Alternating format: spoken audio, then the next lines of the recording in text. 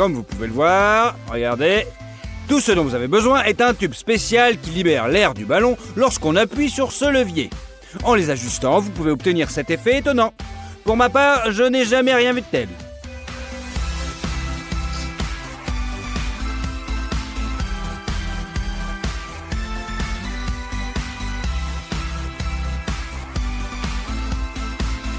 Mais comment est-ce possible? Franchement, on dirait de la magie.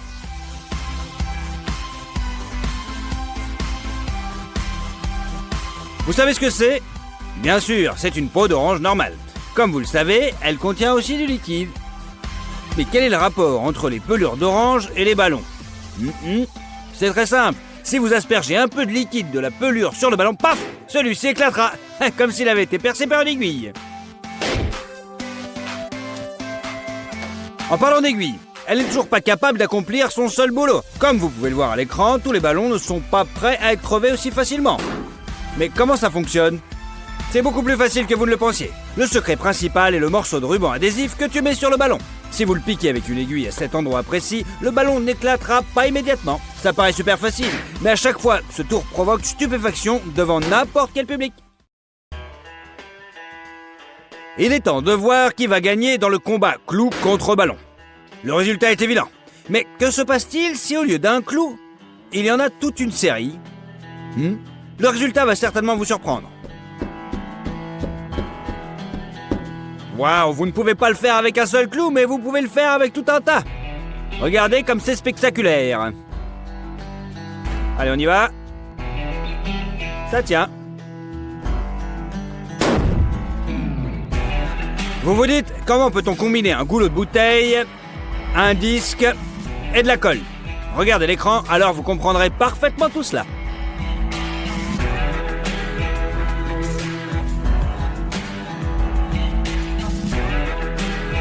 Lorsqu'un ballon est doucement glissé sur la construction obtenue, le résultat est complètement dingue.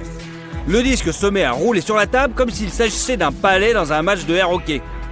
Nous sommes sûrs que c'est un tour auquel vous n'avez pas pensé.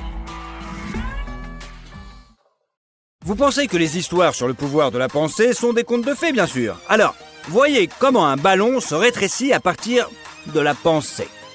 Comment réaliser ce tour de passe-passe? Fastoche.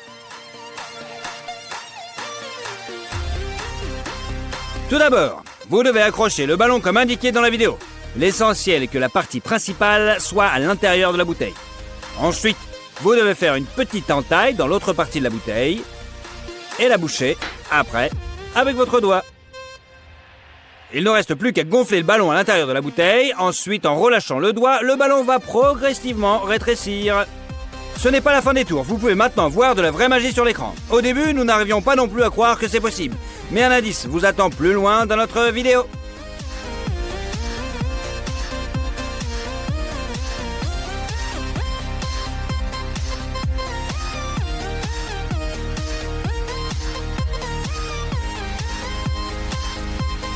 Nous devons prendre un ballon de baudruche ordinaire et en gonfler une petite partie. La façon la plus simple de le faire est d'utiliser une pompe ordinaire.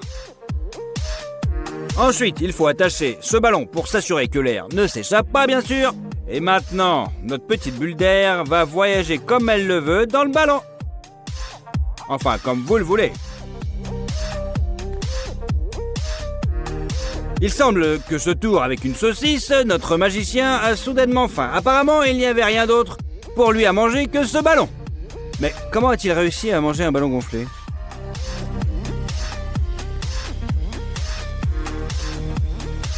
Moi je vous le dis, c'est simple. Vous devez gonfler un long ballon ordinaire. Il faut le gonfler fermement, comme dans la vidéo. Mais tu dois laisser un petite sortie à une extrémité dans lequel tu dois faire un petit trou avec un cure-dent. Maintenant, si tu pousses le ballon d'un côté, l'air sortira du côté opposé. Cela va en impressionner plus d'un.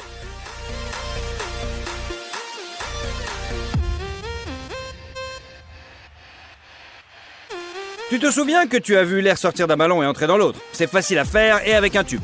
Mais il y a un autre moyen. D'abord, il faut suspendre les ballons comme indiqué dans la vidéo. On a l'impression qu'ils ont exactement le même poids. Mais après quelques manipulations, l'illusion se recrée que l'air d'un ballon entrera dans l'autre.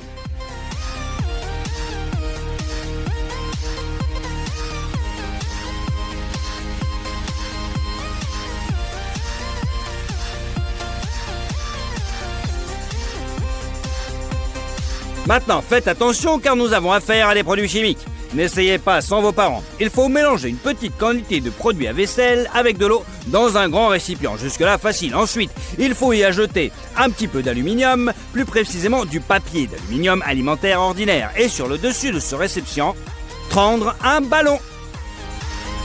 On dirait qu'il s'agit du ballon le plus commun, mais en fait, il est gonflé à l'hydrogène, ce qui lui permet de voler dans les airs. Eh oui, vous pouvez acheter ces ballons non seulement dans les parcs d'attractions, mais aussi les fabriquer vous-même à la maison. Encore une fois, cela ne doit être fait qu'en présence d'adultes. Aussi simple que bonjour. Dans l'eau.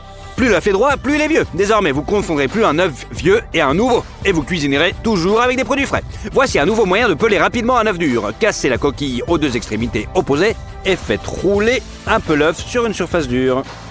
La coquille s'enlève en quelques coups de main. Si vous avez l'intention de couper l'œuf en tranches pour une salade, il suffit de le couper en deux avec un couteau et de ramasser l'œuf avec une cuillère en quelques secondes et c'est bon. Nous avons besoin d'une grosse rondelle d'oignon et d'une rondelle de poivron. Mettez-les dans une poêle et versez un œuf au centre de chaque petit anneau qu'on vient de découper. Comme vous pouvez le voir, les œufs ne s'étalent pas et prennent la forme des légumes. Faites frire jusqu'à ce qu'ils soient bien cuits et servir avec un petit peu de verdure. C'est un petit déjeuner très beau et très savoureux. Mais cette astuce n'est pas seulement valable pour les légumes. Il suffit de retirer la mie d'un morceau de pain, de faire fondre le beurre dans une poêle, d'y déposer le pain et de verser l'œuf au centre. Dès que l'œuf est pris d'un côté, il suffit de retourner le toast à l'œuf. Il ne faut que quelques minutes pour préparer ce petit déjeuner inhabituel. C'est quand même ça a l'air délicieux. De plus, le jaune d'œuf reste liquide, comme j'adore. Maintenant, nous allons séparer les blancs d'œufs des jaunes. On ajoute une pincée de sel et battez-les au batteur pour qu'ils prennent un peu plus d'épaisseur. Mettez la moitié de cette mousse molle dans la poêle. Maintenant, mettez votre jaune d'œuf et rajoutez un petit peu de blanc à neige. Faites frire d'un côté et puis retournez. 2 minutes dans la poêle et notre œuf incroyablement mou et moelleux est prêt. Écoutez, j'en ai fait un petit hamburger et voici à quoi il ressemble. Pas mal quand même, non ? Pour cette astuce suivante, coupons une saucisse ordinaire en 2 moitiés. Ensuite, nous ferons des petites incisions peu profondes tout le long de la saucisse. Nous en ferons un anneau et nous fixerons les extrémités avec un cure-dent pour plus de sécurité. Placez nos anneaux dans une poêle et au centre, bien sûr, un œuf. Regardez comme c'est beau. Ce n'est pas seulement un petit déjeuner original, c'est une véritable composition florale. Et si le matin, vous n'avez absolument pas le temps de préparer quelque chose, les œufs brouillés dans un verre viendront à votre rescousse. Cassez un œuf dans un verre, ajoutez du lait et battez-le avec une fourchette. Mettez le verre en micro-ondes et allumez-le à puissance maximale pendant 2 minutes, s'il vous plaît. Et voilà, une omelette délicieuse, facile et surtout rapide à préparer. À propos, vous voulez également cuire un œuf poché au micro-ondes, cassez l'œuf dans un verre et versez un petit peu d'eau dessus. Couvrez le verre avec une soucoupe pour que l'eau ne s'évapore pas du verre. Quelques minutes et l'œuf est cuit au degré souhaité. Mais le jaune, vous allez voir, sera encore liquide. Tadam! Magnifique, non? Essayons quelque chose d'un peu plus intéressant. Râpez du chou rouge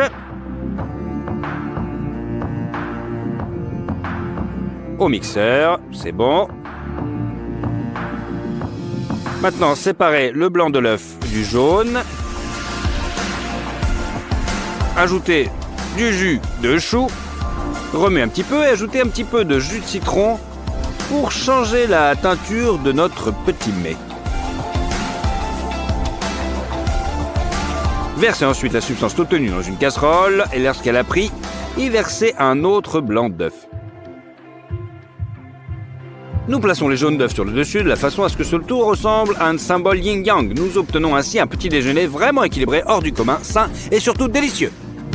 Il nous faut maintenant un œuf dur. Il doit être encore chaud. Nous allons le mettre dans un moule que nous avons fabriqué avec un morceau de carton et des élastiques. Nous plaçons un bâton en bois sur le dessus et nous fixons son autre extrémité avec des élastiques. De cette façon, nous laissons l'œuf refroidir afin qu'il puisse garder la forme du bâton de bois. Au premier coup d'œil, on dirait un œuf cabossé, mais vous allez voir quand il est ouvert. Des cœurs d'œufs de